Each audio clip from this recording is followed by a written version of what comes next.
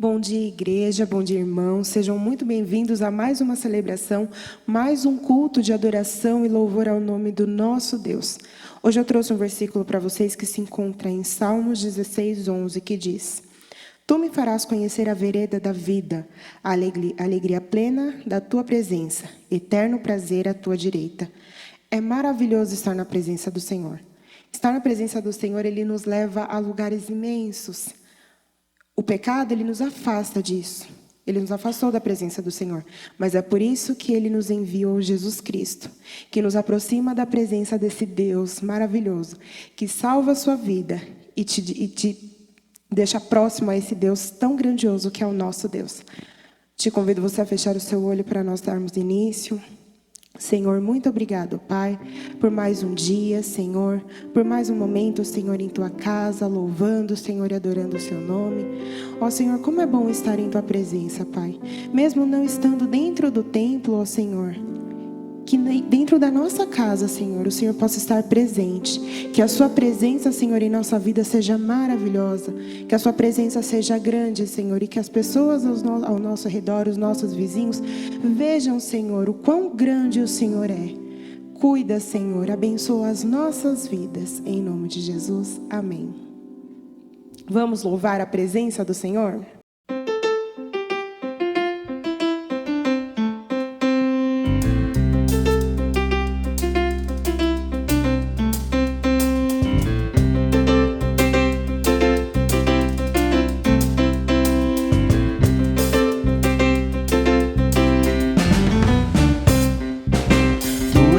Presente em nós, é por isso que vimos, prontos para ouvir Tua voz, aqui nos reunimos.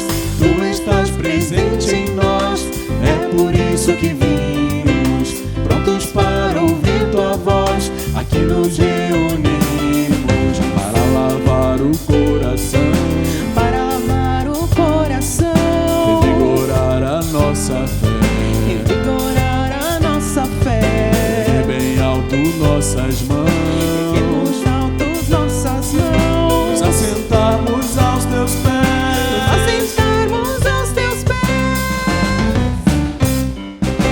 Tu estás presente em nós, é por isso que vimos, prontos para ouvir Tua voz, aqui nos reunimos.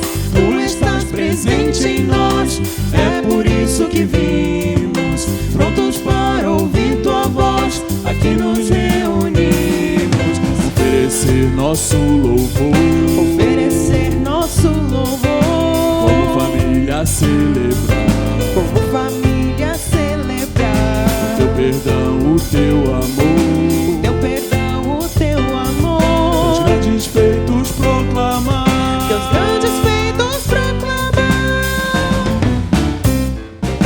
Tu estás presente em nós, é por isso que vimos, prontos para ouvir Tua voz, aqui nos reunimos. Tu estás presente em nós, é por isso que vimos, prontos para ouvir Tua voz, aqui nos reunimos.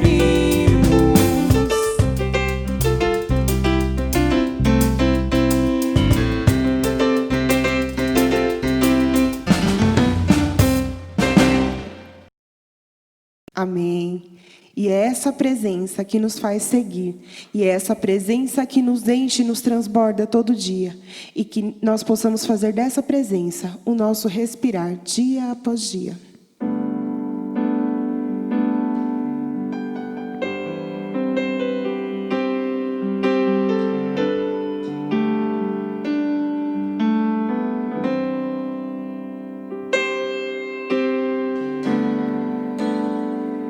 Este é o meu respirar,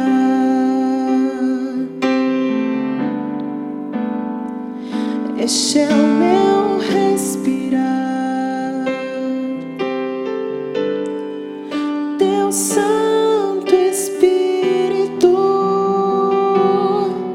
vivendo em mim.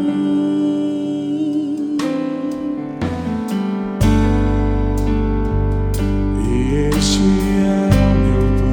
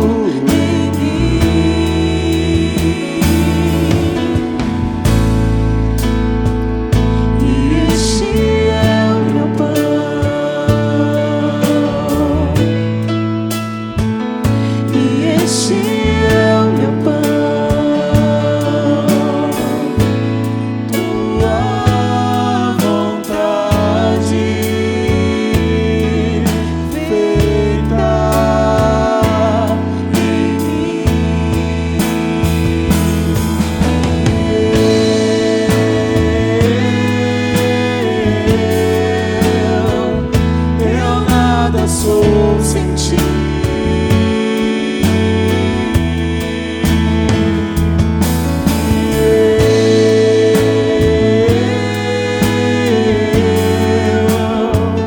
Perdido estou sem ti.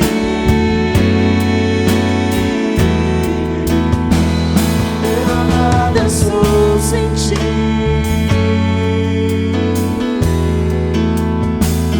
Perdido estou sem ti.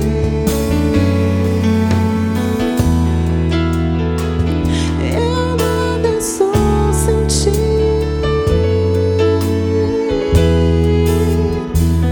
Perdido estou sem ti.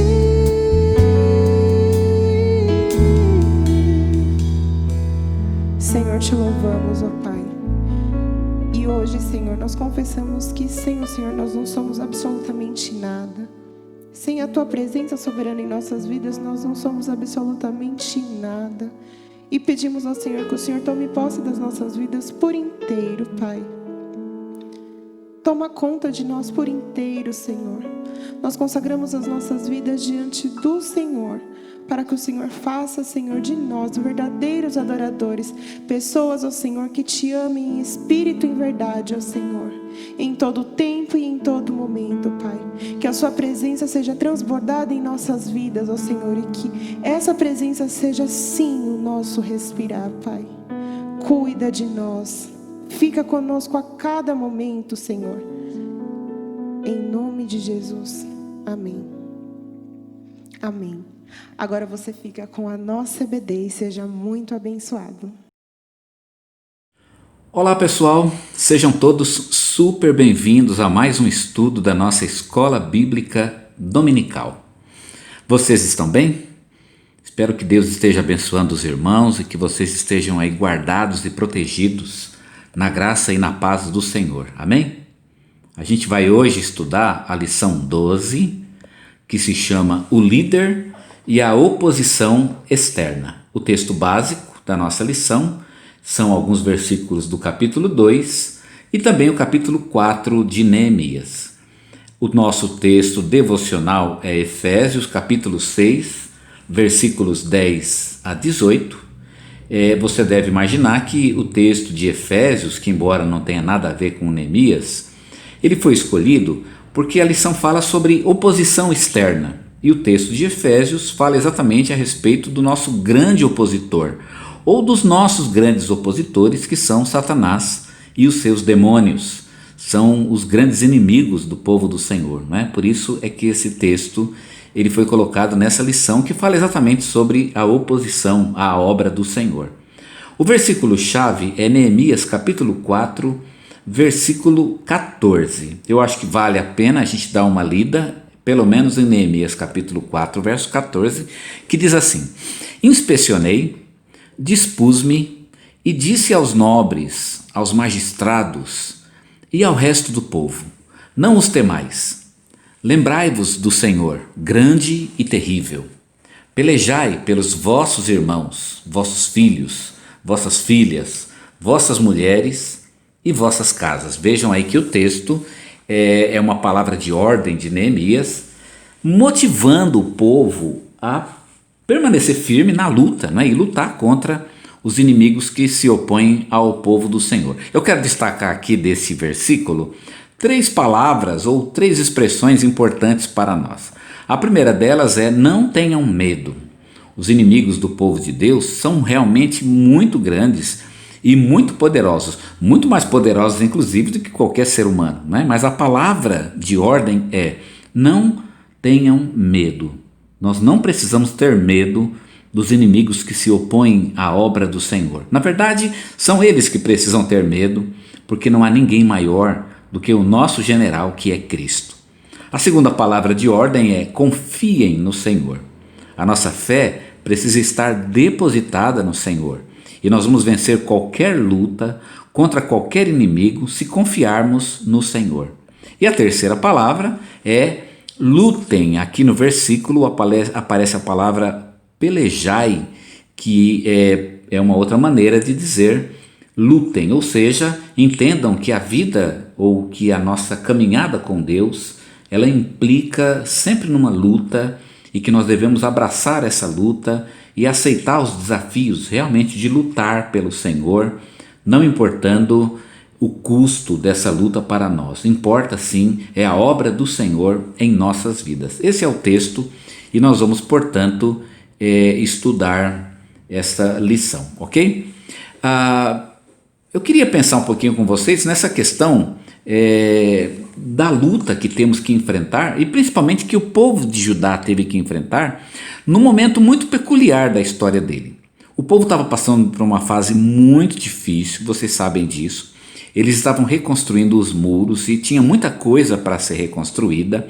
Nós lemos lá em Neemias capítulo 1, versículo 3, que os restantes que não foram levados para o exílio e que se acham lá na província estão em grande miséria e desprezo. Aqui a ideia de que eles tinham uma baixa autoestima extraordinária. Realmente, quando nós estamos com baixa autoestima, nós nos tornamos muito mais vulneráveis aos ataques do nosso inimigo. Basta vocês pensarem numa coisa, por exemplo, esse personagem, né, bem conhecido nosso pela sua baixa autoestima e que mostra pra gente que é exatamente a baixa autoestima que nos torna mais vulneráveis a todo tipo de aproveitador, inclusive a Satanás, que é o grande aproveitador, né, desses momentos para perturbar ou para destruir a obra de Deus em nossas vidas. Eu quero que você dê uma olhadinha nessas duas fotos aqui.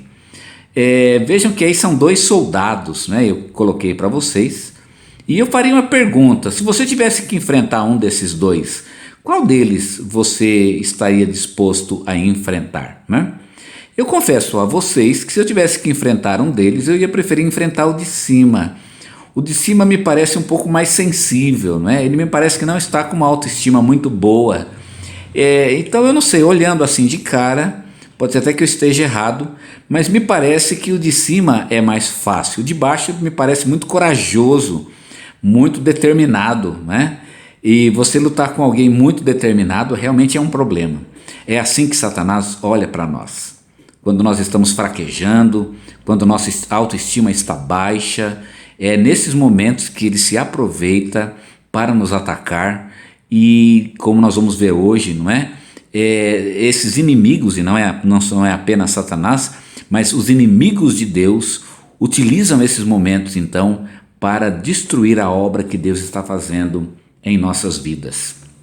Que inimigos são esses? Nós temos alguns que a Bíblia nos apresenta. O mundo, por exemplo, mas a Bíblia também fala da carne, do pecado e do próprio Satanás. São inimigos que se colocam diante do cristão e contra os quais ele precisa lutar. Ele tem que estar, né, realmente com a ideia de que ele é vitorioso e caminhar de cabeça erguida para a vitória que Deus tem colocado diante dele. Amém por isso? O nosso plano para a nossa lição de hoje é o seguinte: primeiramente nós vamos identificar os inimigos de Judá. Depois nós vamos estudar as características da oposição que esses inimigos faziam. E finalmente nós vamos aprender com as atitudes de Neemias. Como vocês estão vendo hoje, o professor da lição sou eu, né? Que não tem sido muito comum os irmãos participarem de uma aula que eu tenha dado nesses últimos domingos, mas por algumas razões hoje será eu o professor, e na expressão do Zagalo, vocês vão ter que me engolir, ok?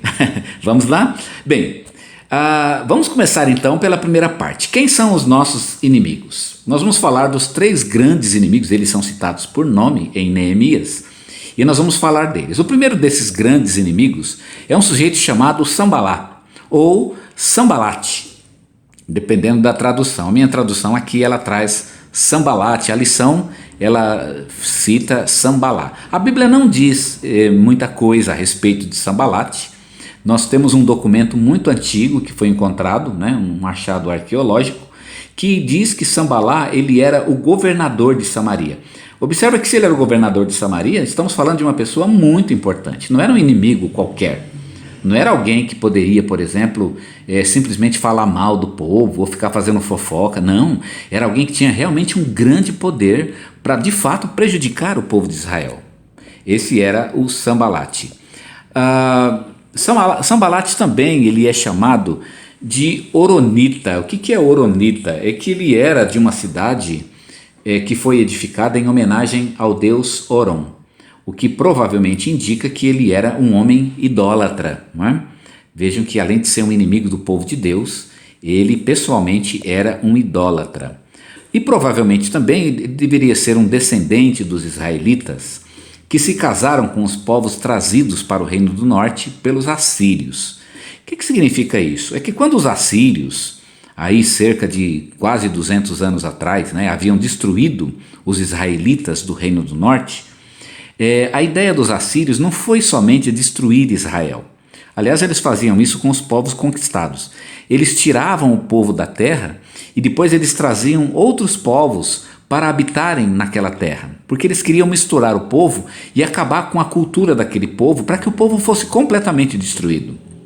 Assim vieram outros povos que vieram habitar no Reino do Norte, casaram-se com as pessoas que ficaram no Reino do Norte e surgiu daí um tipo de mistura de israelita com estrangeiro, que são os samaritanos que nós conhecemos até no Novo Testamento, não é? Jesus chegou a conversar com uma mulher samaritana.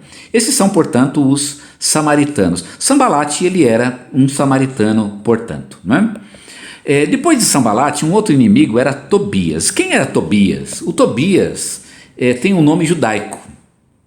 Ele fazia parte de um grupo que não conseguiu provar que a sua família era da linhagem de Israel. Nós já falamos sobre isso, de que quando o povo voltou e eles foram enumerar o povo, e fazer a catalogação do povo, o recenseamento, haviam várias pessoas que não conseguiram provar que eles eram realmente de Israel.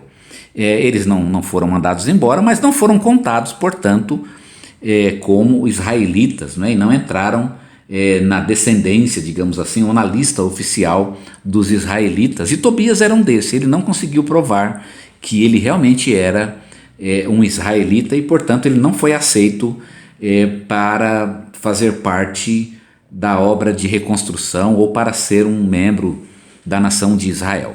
O que nós sabemos também sobre Tobias é que ele tinha residência fixa em Amon e tinha cargos oficiais entre os amonitas.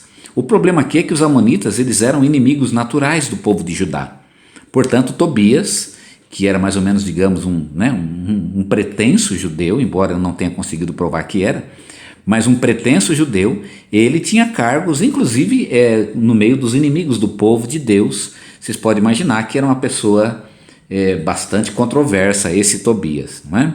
Ele tinha muitos admiradores entre os judeus, principalmente os mais ricos. O pessoal do alto escalão e alguns sacerdotes, inclusive o sumo sacerdote, não sei se a gente vai chegar a estudar isso, ele era genro do sumo sacerdote, mas ele tinha muitos apoiadores entre os mais ricos de Judá. Isso foi um grande problema para o povo judeu e principalmente para Neemias. O nosso último inimigo aqui do povo, o último opositor, é um sujeito chamado Gesem. O Gesem nós não sabemos muito sobre ele. O que sabemos é que ele é chamado de Arábio ou árabe. A nossa lição ela não fala sobre Gesem, até porque o texto também não fala muito sobre ele, mas o próprio autor da lição ele fala que Gesem deveria ser talvez o mais importante dos três. Não sei de onde ele tirou essa informação, mas de qualquer maneira não se tratava de pessoas pequenas, eram pessoas realmente muito importantes e pessoas de cargos muito altos.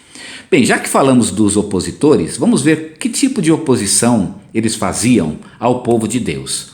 Primeiramente, eles usavam de zombaria e de falsa acusação. Vamos começar aqui pela zombaria. Neemias capítulo 2, versículo 18, vai dar um exemplo dessa zombaria.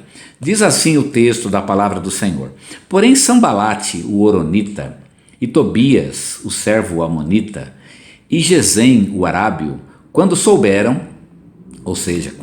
que o povo estava reconstruindo os muros, zombaram de nós e nos desprezaram. Observe aqui a zombaria. Eles zombaram e eles desprezaram o povo de Judá.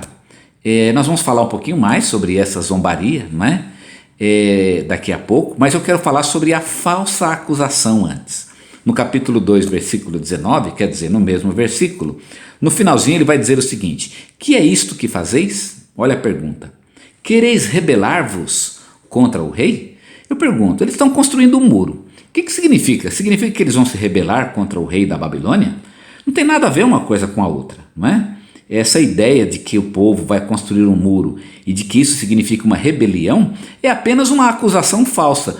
Esses três, o Sambalate, o Tobias e o Gesem, eles não têm do que acusar o povo e por isso eles ficam inventando coisas do tipo: vocês levantar um muro é uma forma de rebelião, o que não tinha nada a ver, já que eles tinham inclusive autorização, como a gente sabe, né? Neemias tinha recebido autorização para edificar os muros. Também eles utilizavam de humilhação e de escárnio, ou seja, utilizavam de piada de mau gosto. Vale a pena ler o texto de Neemias capítulo 4, versículos 1 a 3. Olha que interessante. Quando Sambalate ouviu que edificávamos o muro, ardeu em ira, indignou-se muito e escarneceu dos judeus. E falou na presença dos seus irmãos e do exército de Samaria, dizendo: que fazem esses fracos judeus? Fortificar-se-ão? Oferecerão sacrifícios? Acabarão a obra num só dia? Vivificarão dos montões de pó as pedras que foram queimadas? Aqui ele está fazendo certamente uma zombaria, inclusive uma piadinha no final, né? Como a gente vai ver, mas é uma forma de zombaria. Ele chama os judeus de fracos. Vejam, o que fazem esses fracos judeus? Fortificar-se-ão? Ele pergunta. Ou seja, vocês vão ficar fortes? Porque ele está dizendo que o povo judeu não pode ficar forte. Oferecerão sacrifícios? Quer dizer, vocês vão adorar a Deus? Ele está dizendo que o povo judeu nunca mais vai adorar a Deus. Nunca vai haver adoração em Judá. Acabarão a obra num só dia? Nem o povo judeu estava com a ideia de acabar a obra num só dia, mas é uma espécie de uma zombaria, não é? Vocês querem acabar a obra num dia só? E a piadinha fica por conta dessa última frase: vivificarão dos montões de pó as pedras que foram queimadas. Quer dizer, vocês vão trazer vida para pedras que se tornaram pó? É uma ideia de que o povo judeu estava tentando fazer algo impossível. É uma forma de zombaria muito triste, muito terrível, que esses homens, principalmente aqui Sambalate, lança contra o povo de Deus. Tobias também conta uma piadinha aqui, né? Faz piada com o povo. Ele diz: ainda que edifiquem, vindo uma raposa, derrubará o seu muro de pedra. Que triste essa piada, não é verdade? É uma forma de contar uma anedota, digamos assim, né? Algo bem humorado, mas um humor absolutamente destrutivo aqui. Se uma raposa subisse, ele está dizendo, né, no muro, ela vai derrubar o muro porque o povo ia fazer um muro fraco, porque o povo não sabe fazer, porque o povo está fazendo coisa de mau gosto, ou porque o povo não tem ciência para construir esse muro. O que ele está dizendo é que o povo não vai conseguir, e mesmo que conseguir, a obra deles vai ser destruída. E ele faz isso de uma forma humorada, né? Bem humorada, digamos assim, mas bem humorada para o mal. Né? O que a gente está vendo aqui é a forma como eles estão zombando do trabalho que os judeus estão desempenhando. Bem, uma outra forma como eles atacavam o povo de Deus, ou como eles se opuseram à obra de Deus, foi através do ataque armado. Neemias capítulo 4, de 7 a 8 diz: ouvindo Sambalate e Tobias e os arábios, os amonitas e os asdoditas, que ia avante a reparação dos muros de Jerusalém e que já as brechas se começavam a fechar, iraram-se sobremodo e coligaram-se todos para virem guerrear contra Jerusalém e fazer confusão.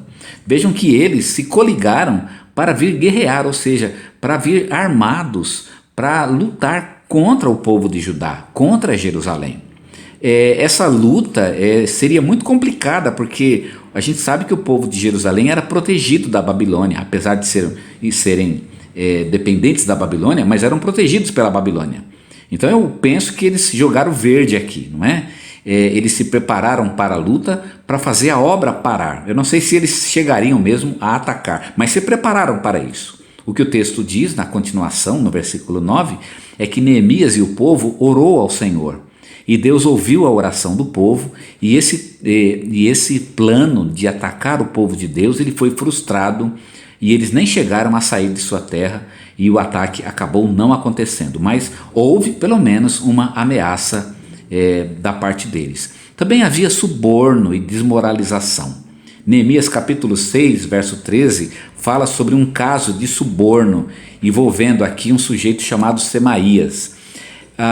Tobias e Sanbalate subornaram Semaías para me atemorizar, a fim de que eu assim fizesse e pecasse, para que tivessem de que me infamar e assim me vituperassem ou me prejudicassem, né? O que o Semaías ia fazer? O Neemias tinha visitado o Semaías, e o Semaías, que era um companheiro de Neemias, ele foi subornado para convencer Neemias a se trancar em casa e fechar as portas, porque a situação estava muito perigosa e Neemias poderia morrer de repente a qualquer momento, né? E aí Semaías fala: poxa, Neemias, vamos se fechar em casa, vamos nos trancar, né? Para proteger, com um pretexto de proteger Neemias.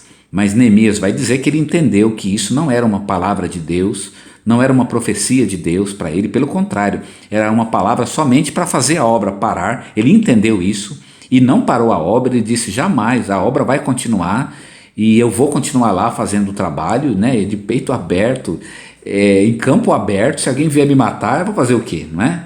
Eu estou lá fazendo a obra, se alguém quiser me matar, eu estou lá, sabe onde me encontrar. E foi lá, a obra continuou, e o suborno aqui do Semaías, que o Semaías recebe do Tobias e do Sanbalate, portanto, não funcionou. Tobias e Sanbalate só gastaram dinheiro aqui, mas não conseguiram que Semaías convencesse Neemias a se trancar em casa, não é? Qual foi a reação de Neemias então a esse ataque do povo do Senhor? O que Neemias fez em resposta a essas atitudes? Vamos falar um pouco aqui sobre a reação de Neemias. Primeiro, Neemias examinou a situação. Ele foi verificar. Então, vamos ver o que está acontecendo de fato, né? Vejam aí o que diz o texto, né? Aliás, eu não vou ler o texto, mas eu vou fazer aqui apenas um apanhado geral da ideia do texto. É de que os nossos inimigos, eles fazem um favor a nós. Eles revelam as nossas fraquezas. A gente precisa examinar, né? Os inimigos estão nos acusando de algo. Vamos examinar. Do que estão nos acusando, né? O que tem eles contra nós? Vamos ver. Eles têm razão em dizer o que estão dizendo? É o que Neemias fez. Ele examinou primeiro, né? Vamos ver o que está acontecendo de fato. A gente às vezes faz as coisas de uma forma precipitada e acaba se perdendo nas ações. Por quê? Porque a gente não examina previamente elas, né? Às vezes as coisas não são tão ruins, ou são até piores do que nós estamos pensando, não sei, mas precisamos examiná-las. Uma vez eu me lembro, um irmão, né, numa das igrejas em que pastoreei, um dos irmãos, já bem velho na nossa igreja, foi falar comigo e ele disse que tinha violentado uma moça. E quando eu ouvi isso, eu fiquei muito perturbado, né? Eu pensei numa ideia de reunir algumas pessoas ou conversar com alguém a respeito disso. Mas antes de falar com qualquer pessoa, eu resolvi verificar ou averiguar essa situação. E como eu já sabia quem era a moça, ele me disse quem era, eu fui falar com ela. E aí quando eu sentei com ela e fui conversar, ela disse que não tinha nada a ver, ela não sabia nem o que ele estava falando. E aí com essa palavra eu fui falar com a esposa dele. E a esposa dele então me confirmou que ele estava tendo delírios, ele estava tendo umas ideias esquisitas, inclusive ele precisou até tomar remédio, que ele estava tendo problemas mentais muito sérios, né? Já pensou se eu tivesse levado esse caso avante e talvez ia ter um problema ou ia levantar um problema que não era tão necessário, parecia horrível, mas não era tão horrível assim. Vejam, a gente tem que verificar a situação primeiro, né? Do que os inimigos nos acusam ou o que eles têm contra nós. Vamos verificar a situação, né? Qual é realmente o caso, para que tenhamos uma visão realista da situação. Foi o que Neemias fez e estava certo ele em fazer isso. Em segundo lugar, Neemias, ele demonstrou confiança em Deus. Ele realmente colocou a sua fé no Senhor, como ordena a palavra. Então lhes respondi, e aqui é Neemias que está dizendo: o Deus do céu é que nos fará prosperar, e nós, seus servos, nos levantaremos e edificaremos. Veja, o Deus do céu é que nos fará prosperar. Que coisa linda, não é? Ele sabia que a obra avançaria por interferência de Deus, por bênção de Deus, porque Deus estava fortalecendo o povo. Ele confia no Senhor. Ele sabe que a obra é de Deus muito mais do que do povo. No versículo 20 do capítulo 4 ele diz: o nosso Deus pelejará por nós. Deus é por nós, ele está dizendo. E por isso nós não precisamos ter medo de avançar e de construir esses muros. Ele confia no Senhor, ele põe a sua fé no Senhor e isso o ajuda, portanto, a levar avante a obra que o Senhor tinha colocado nas suas mãos. Neemias também buscou a justiça de Deus.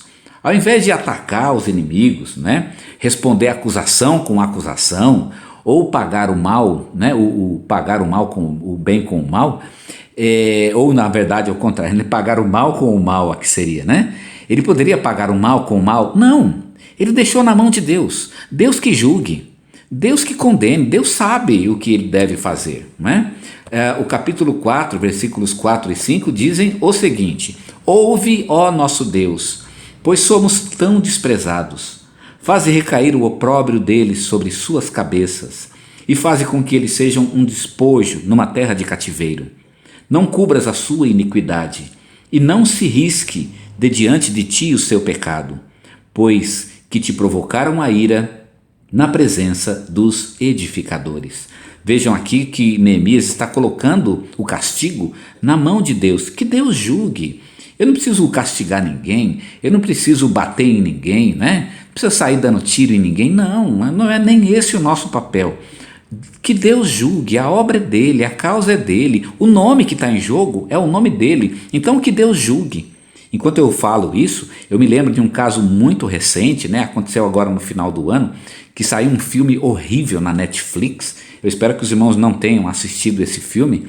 Eu vi pelo menos a sinopse do filme, e assisti o trailer e já fiquei horrorizado com o trailer, Um filme que mostra Jesus de uma forma horrível e mostra Deus de uma forma horrível, uma blasfêmia horrorosa contra Deus, algo realmente muito repulsivo, que dá nojo na nossa fé em Deus, algo que é tão precioso para nós e que foi tratado como lixo por aquele filme. Eu me recusei depois daquilo a assistir qualquer filme ou qualquer coisa que viesse daquele grupo e nem assisto mais esse canal, nem o canal eu entro mais, porque foi um propósito que eu tive diante de Deus.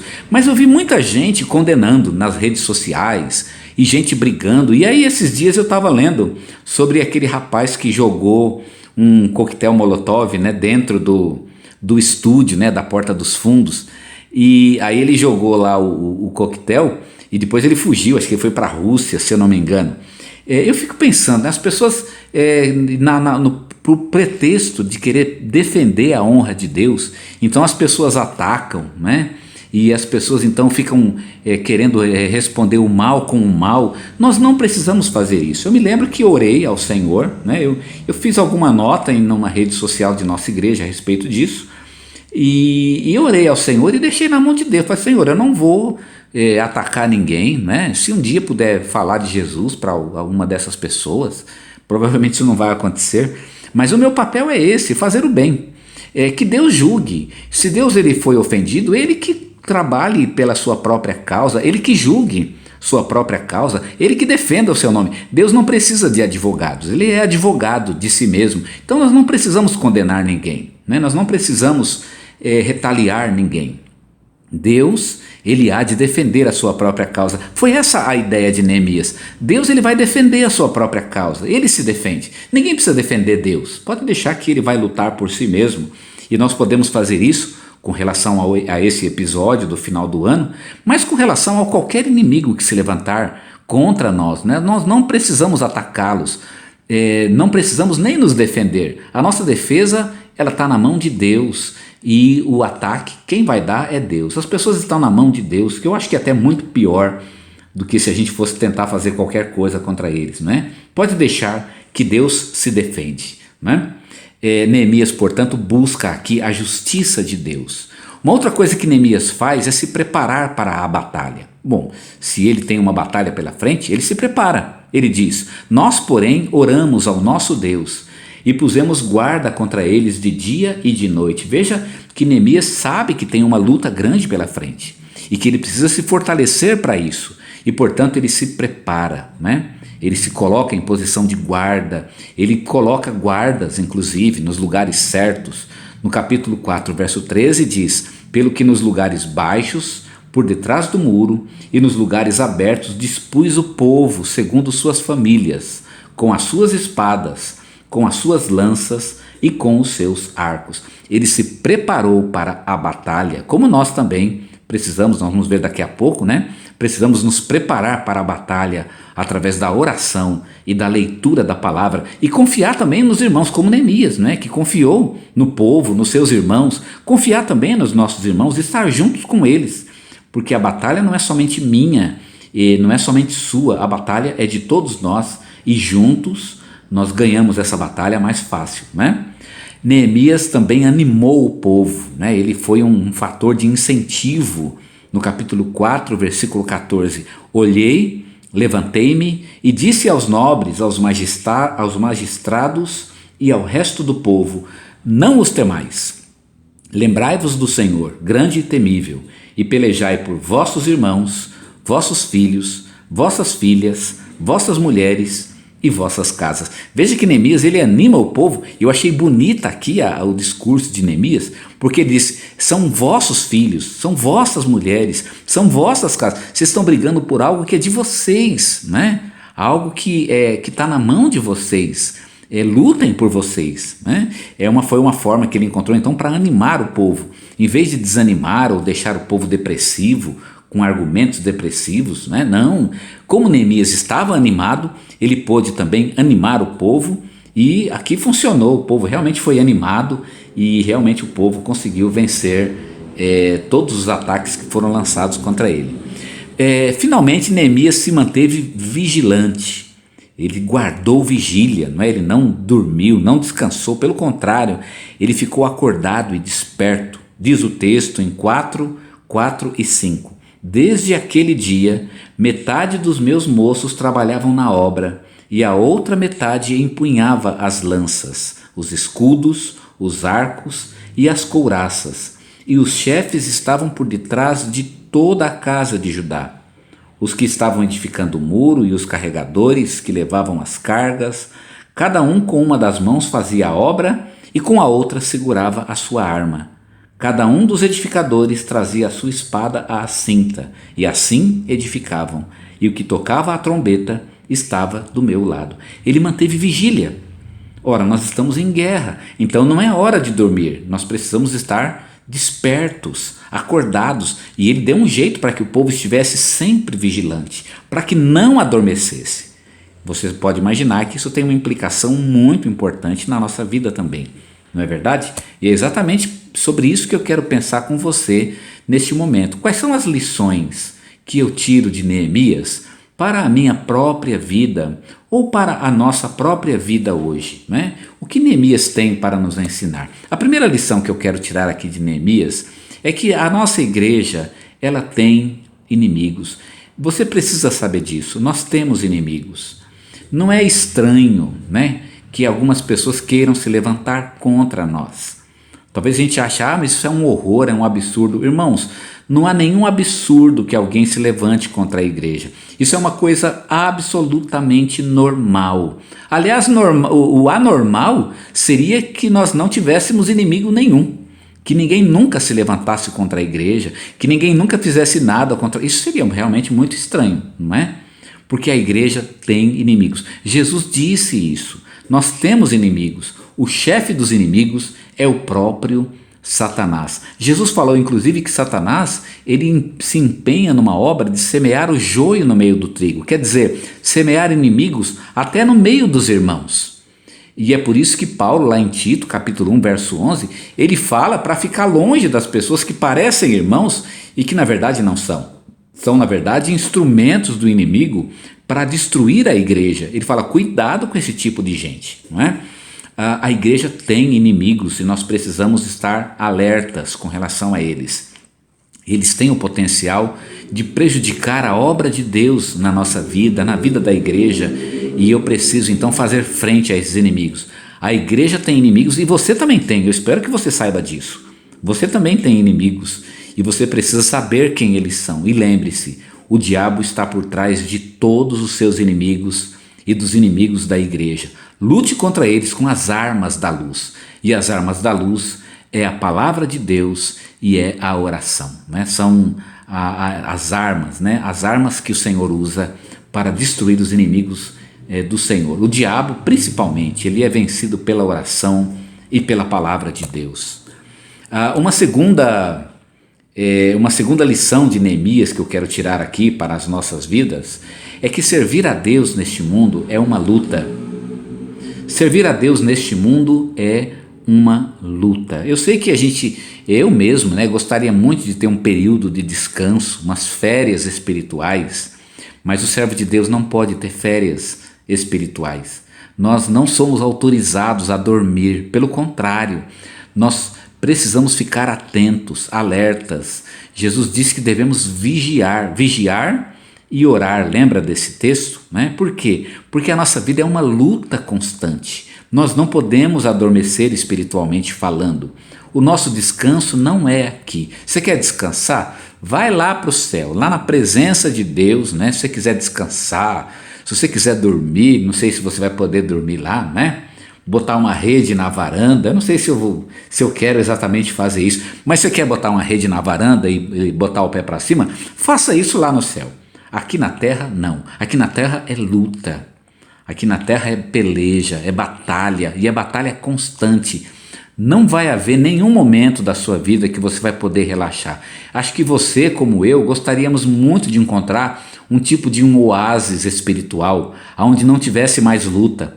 Eu creio que muita gente, né, que tem uma experiência muito forte com Deus, por exemplo, um batismo do Espírito Santo, né, como chamam os pentecostais, né, as pessoas buscam experiências muito radicais porque querem viver uma experiência que seja a última experiência de sua vida.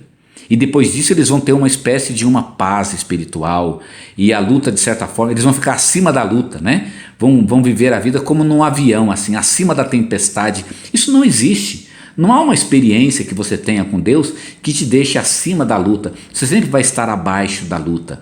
Mas é claro, você vai vencer todas as lutas. Mas é preciso lutar. Não existe oásis onde você vai descansar. É vigiar constantemente, é luta constantemente, luta na palavra, luta para entender a palavra de Deus, luta na oração, luta na comunhão, é luta no perdão, é luta para todo lado, meu irmão. Se você está com Deus, é luta. Então não queira descansar, queira lutar. Um dia a guerra vai acabar, e quando ela acabar, você descansa, tá bom? Mas não é agora a hora de descansar. Neemias nos ensina que a vida com o Senhor, a vida com Deus, é uma vida de luta, e você tem que estar preparado para isso. A terceira lição que nós aprendemos de Neemias é que devemos ficar alertas, devemos ficar em comunhão com Deus. E como é que a gente fica em alerta? Fica em alerta quando a gente se mantém firme com o Senhor, permanecendo em Deus. Jesus disse: permaneçam em mim e eu permanecerei em vocês. E como é que eu permaneço em Deus? Eu permaneço em Deus na oração e no estudo da palavra de Deus. Eu tenho que ler a palavra de Deus e permanecer na palavra, não é só ler. Eu preciso adquirir a palavra de Deus, né? Eu preciso ler a palavra de Deus. Eu preciso que os conceitos da palavra de Deus estejam presentes na minha vida. Eu preciso viver esses conceitos no meu dia a dia, né? Ler um versículo, por exemplo, tiro uma lição e eu vou passar o meu dia vivendo aquele versículo. É assim que eu permaneço na palavra. E permanecer na oração, permanecer na comunhão com Deus, permanecer na comunhão com os seus irmãos. Nós precisamos permanecer. A gente está preparando aqui um estudo de discipulado, né? A gente vai mudar um pouquinho o jeito do nosso pequeno grupo, né? A gente vai dar uma pequena reformulada, e uma das coisas que vamos reformular é que vamos transformar o pequeno grupo num trabalho de edificação dos membros da igreja. E a primeira das disciplinas dessa edificação se chama permanecer em Cristo. E a disciplina significa criar disciplina. Porque o primeiro problema que a gente tem não é ler a Bíblia ou orar. Eu leio a Bíblia e oro. O meu problema é a disciplina. É fazer isso todo dia no mesmo horário e levar isso a sério sem falhar um só dia, né? Como é que eu adquiro essa disciplina? Então a primeira disciplina, o permanecendo em Cristo, é a disciplina que adquire disciplina.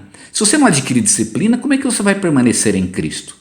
Eu sei que, né, cada pessoa tem o seu jeito de viver, né? Eu pessoalmente preciso muito de disciplina. Porque se eu não me disciplinar, se eu não orar naquele horário, provavelmente eu não vou orar mais aquele dia, né? Eu sou muito indisciplinado, então eu preciso manter disciplina. Você precisa de disciplina, de comunhão com Deus. Fica alerta, fica firme com o Senhor, não relaxa na tua comunhão com Deus, na oração, na palavra, no testemunho, na comunhão. Você tem que permanecer firme. Se você relaxar, você vai cair, não tenha dúvida disso. Neemias nos ensina essa lição.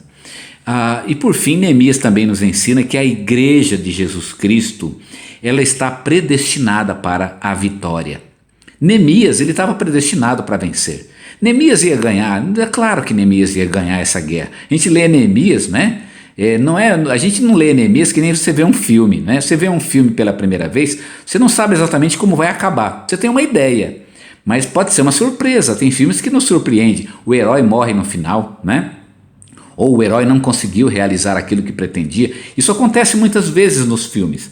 A história de Neemias não é um filme surpreendente nesse sentido. Quem lê Neemias já sabe o que vai acontecer. Ele confiou no Senhor, ele dependeu da oração, ele tinha fé em Deus, ele era um homem de Deus. Como é que ele vai perder? Ele não perde, não tem como. Gente, é um jogo de carta marcada, ele vai ganhar.